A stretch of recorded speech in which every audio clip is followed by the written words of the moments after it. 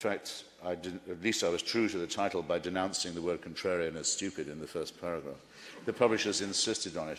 I was asked the other day in Los Angeles at a book signing by an older man, came up with a copy of the book and asked me to sign it, and he said, while he waited, he said, "I first bought this book for my son to give it to him in the hope he'd become a contrarian, but he refused."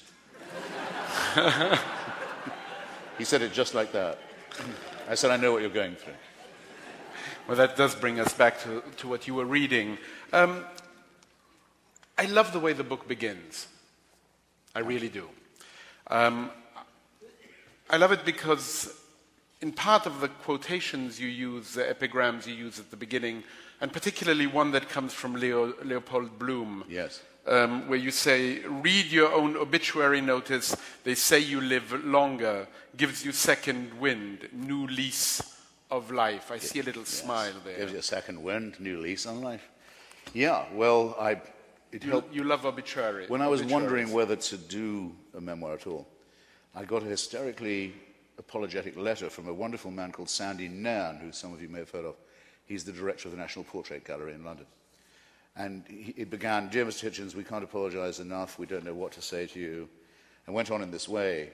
It turned out that they produced a catalogue for an exhibition of photographs of a group of people, younger people, of whom I used to be, a set, if you like, of which I used to be a member.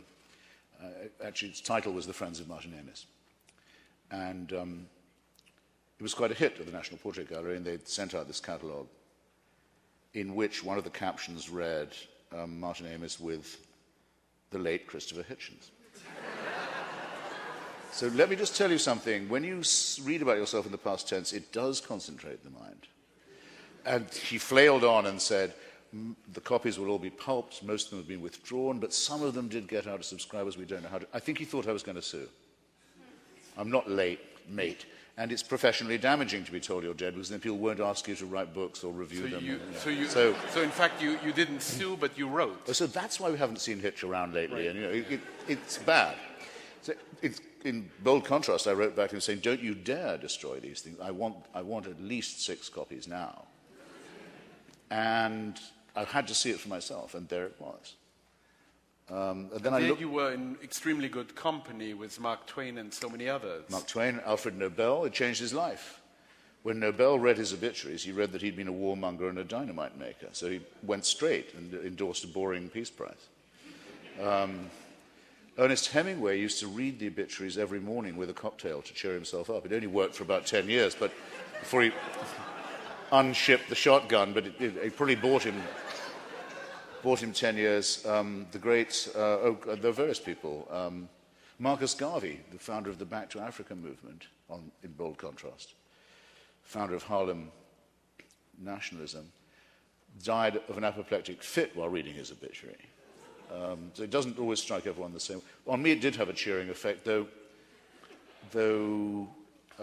nonetheless, you read a sentence that will one day be unarguably true, and, well, you see that words are powerful, potent. Very. We once did a program here at Live from the New York Public Library, naturally called Live from the New York Public Library Presents Dead from the New York Public Library, because I'm rather interested myself also in obituaries, and we had in the audience.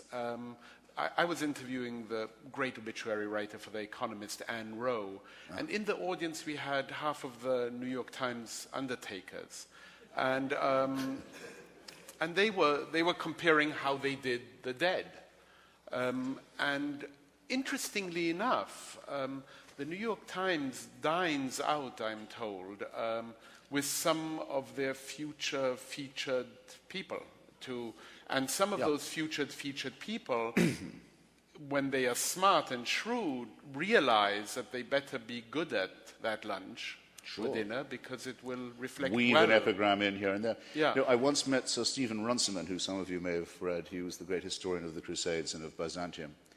And he was still alive. This was in the late 70s, having been at Eton with George Orwell and Cyril Connolly. He was the last survivor of that class. And I met him at a conference on Byzantium in Cyprus, and was amazed to meet one of my heroes in this way. And he said, I suppose I look very old and crumbling to you, decrepit. And I just was thinking how true that was. And I said, Sir Stephen, by no means, of course not. He said, well, I'll tell you one thing, I'm not going to die. I'm not going to. And I said, well, I'm delighted to hear it, Sir Stephen. And he said, the Times at this point, the London Times, which really invents the obituary style, had been locked out by Rupert Murdoch, hadn't appeared for a year and a half. He said, I'm not dying till the Times comes back and I get my full dress obituary. And when the London Times came back from the long lockout, the first thing it did was to publish the Times obituary supplement, to do justice to all the old buffers who died and not had their column in the paper. Is this a bit morbid of us, do you think? No, not at all. Okay. To cheer us up, I love Bob Hope's line that when he was dying, his wife asked him where he should be buried, and he said, surprise me. Yes. Well, it's actually in my book as well about people. There was once a rumor of Bob Hope's death, and for some reason, the Associated Press called me up and said, had I heard that Bob Hope had died, and I'd just seen him at the British Embassy at a reception in his honour, because he'd been born in Eltham in Middlesex 2 weeks before, and I now wish I hadn't said, well, he looked dead enough when I saw him last. I think now that was a low blow for the old buzzer. I don't think the subject of death is particularly morbid, or that obituaries are necessarily. But I would say one thing that haunts me in the very first 5 pages, which I had diligently prepared to read, but it would take us, I think, a little bit too long.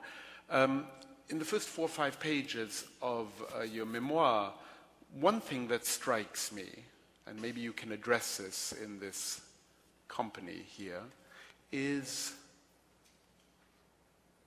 a real fear of death. And in some way, I think that the memoir is written to hold it at bay to some extent. For sure. I mean, I'm very acutely aware that every day, now that I've passed 61, is more and more subtracted out of less and less, of course. And I've always known, this is a matter of objectivity, that I'm born into a losing struggle. We all know that. I mean, when one has taken a glimpse down the road, and I don't know anyone who's come out of this a winner. It's not likely to happen. And we're beset on all sides by people who promise us release from this consideration, or remission from it, and dangerous, nasty people, stupid people, who want to be a pain in the ass to you while you're still alive, and not content to try and torment you after your demise. So that keeps one going. You want to stay alive, if only to combat the merchants of death who falsely promise eternal life. Again, rather muted, I felt. Has the writing of this memoir... Well, Nadine Gordimer, okay. I know what I wanted to say, once wrote, I could never find exactly where it is, but she told me she had certainly said it. I saw her just last week in Hay on Wye. Incredible, by the way. She's just produced a collection of her non-fictional writing. She once wrote, and it made a huge effect on me, that one should, or said, that one should try to write as if posthumously. And to try and picture yourself writing post-mortem, because then you're free of all the inhibitions that can cluster around even the most independent-minded writer, as he may think of himself. You're not going to care about public opinion now. You don't mind about sales. You don't care what the critics say. You don't even care what your friends, your peers, your beloved think. You're free. Death is a very liberating thought. That's the way I would prefer to think about it. And I don't think I write as if I'm scared of it. I certainly hope I don't give that impression. I think it's quite emancipating to be able to think of it in a clear-eyed way.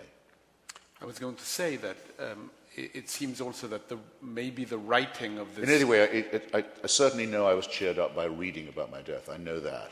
And I didn't know that would be my reaction. But that, you would say, was the seed for writing this memoir? Without question, yes. So well, because it abolishes the old question you get asked all the time, isn't it a bit too soon? You say, well, can't leave it too late, mate. That takes care of itself. That's done. You know, writing for posterity reminds me of a memoir that I always loved. I'm don't know if